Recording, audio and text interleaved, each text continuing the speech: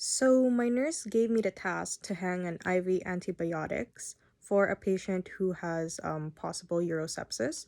They still need to get a CNS, so right now we're just giving them Cefazolin Q8 hours, and I have to check the doctor's order just to make sure that I know what the right dose is, so then it would match the MAR, so I know I'm giving the right thing. So here is their MAR, and it does match the doctor's order. So it's Cefazolin IV, it's 1,000 mg Q8 hours, and this is the right time. And I will get all my equipment that I need, and then I can do my red cars check with my PDTM.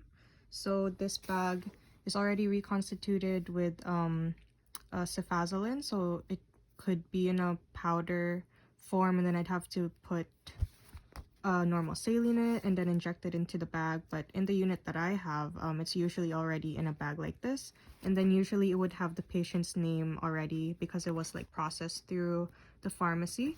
So I would just have to make sure that it's the right medication, and then it would have the right dose that's compared to the MAR. And then I would grab a secondary line. Since I already walked into the patient's room, I noticed there was no secondary line hanging, so I can put a fresh one. And then if I'm putting a new secondary line, I have to make sure I put a tag on it that says the date that I used it, when it's going to expire, so they expire in 24 hours, and then my initial. And then an alcohol swab, so then I can wipe the port at the primary line, and then I could hook this up with sterile technique. So then to do my red cars check, I would check the reconstitution, and like I said, this bag already has all the medication that I need in it, so then I can move on to equipment, and I just explained my equipment for dilution, and it says to dilute it in 50 mils of D5W. So, and it's compatible with D5W, normal saline, dextrose, Ringer's lactate, but the patient has normal saline right now. And for dilution, it's in a 100, oh, it is in a 50 ml bag, so that's good. And red cars, it was reconstitution, equipment dilution, compatibility, allergies. The person has known drug allergies. The rate, so it says I can administer it over 15 to 30 minutes. It's safer to do it over 30 minutes because you have less chances of getting some sort of irritation or complication. But since they might be in critical condition, I could give it in 15 minutes. Either way, if I give it in 15 minutes, that means I'd have to times 50 by 4, so the rate would be 200 mils per hour. If it was over 30 minutes, then I would times this by 2, and I would have the rate at 100 mils per hour. In this scenario, I'll just choose to do it over 30 minutes. And then S is stability. So it says here that the powders at room temperature protect from light. Well, I didn't mix in the powder, but this was room temperature and it was protected from light when I grabbed it out of the pharmacy bin. So yeah, I can do my checks now that I finished my red cars. So it would be the right patient. So yes, that's the right patient that I'm dealing with. Right medication. This is Cefazolin.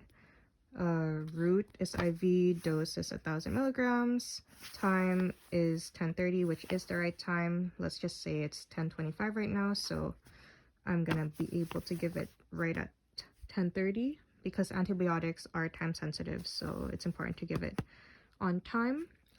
And then right, patient meds, dose, route, time. Reason is for their urosepsis. They have an infection right now. And documentation, I would put a dot beside there to finish my first check, and then I would do it again for my second check before I administer it, and then my third check I would do it while I'm at the patient's bedside, and then I could do the right patient education, right to refuse, and then right to evaluation. So then my for my second check, my right documentation would be to circle the time on the MAR. And then for my third check, after I finish administering this medication, I would do my initials and then KPUSN. And then, yeah, so I can bring this to the patient's room, perform hand hygiene before I enter the room, and then I could administer this med. So I enter the patient's room, I introduce myself, I tell them what I'm doing, I explain what the medication is to them, I ask them if they've taken this medication before, and then I would make sure to check the MAR against their patient wristband, and then I could also check their allergies there. But then they tell me that they have taken it before, they don't have any known drug allergies, and they're okay with taking the medication. They did the teach back method to me. They said that they know that this is to treat their infection, and then if they experience any side effects, to let me know. So they said if they're having irritation at the side of their IV access line, or if they have symptoms of anaphylactic shock, like they have trouble breathing and stuff like that, they said they'll let me know. Or if they feel like really dizzy or anything like that, just anything out of the ordinary. But I will stay with the patient after I administer the medication for a few minutes just to see how they are doing.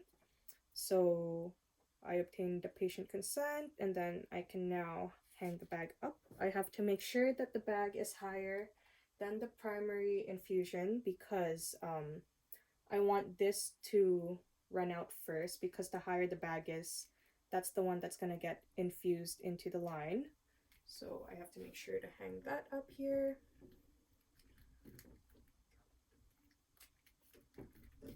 So that's there. And then I have my alcohol swab that I can wipe this port so I can attach my secondary line there.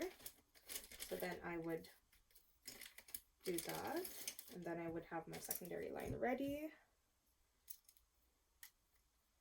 So I'm not going to take off the cap where the spike is right now because I want it to stay sterile while I connect this to this port. So I would make sure to alcohol swab this, and then I would uncap this one. Make sure that they're not touching anything, and then I can just connect them. Oh, and before I do this, I have to make sure that the tubing is clamped. So it is.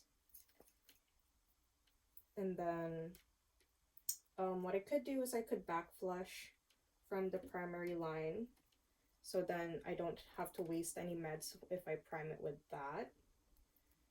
So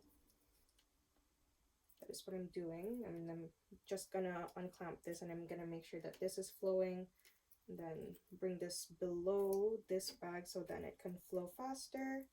And then I know it's getting primed if there's going to be fluid dripping into this chamber over here. And then once that's all primed, I can clamp it so then when I take this cap off, fluid doesn't spill everywhere. And then now I can spike the bag. So I would just take this off first because that's really hard to take off. Oh, got unhooked. And then make sure that nothing touches that. And then for this, I have to make sure to be careful with the spike because it is pointy and sharp. So then I can hold it over here. I'm still not touching the portal of entry for this medication. And then just grab my spike and then spike the bag. Make sure to do that carefully. And then I know the spike is in properly if fluid will drip down to the chamber. And then I could then put the tag that says how long this secondary line can last for, so that's there. And then before I unclamp it, I can input the secondary medication into my pump. So then I would do channel select, and then it will have options down here, and then I can pick secondary line. And then I could pick the medication that I have, make sure it's the right dose. And then for the volume to be infused, I want to put it 5 mils more than what the actual bag is, so then I can make sure that all the medication runs out and goes into the patient. So then, since this is 50 mils, I would put volume to be infused 55 mils. And then it would say the rate, or like the time, the duration of how long I want it to run for. And I decided to go with 30 minutes. So then it was 50 mils per hour. If I times that by 2, that's 100 mils. So then I want the rate to be at 100. And then once I enter that all in, I can press start. And then I have to make sure that on the pump here, it says that it's running secondary. And then I have to check the right rate. And then I can unclamp my medication secondary line, make sure the chamber is dripping, and then I can assess my patient for any signs and symptoms of like adverse reactions for a few minutes in their room. Ask them if they're feeling okay, make sure their site of IV is okay, there's no pruritus or phlebitis or anything like that. Yeah. And then I would do my right documentation. I would sign my MAR initials. I could ask the patient if they need anything. If they're feeling dehydrated, I could give them more water since they were feeling dehydrated when they were admitted. Yeah, that's it.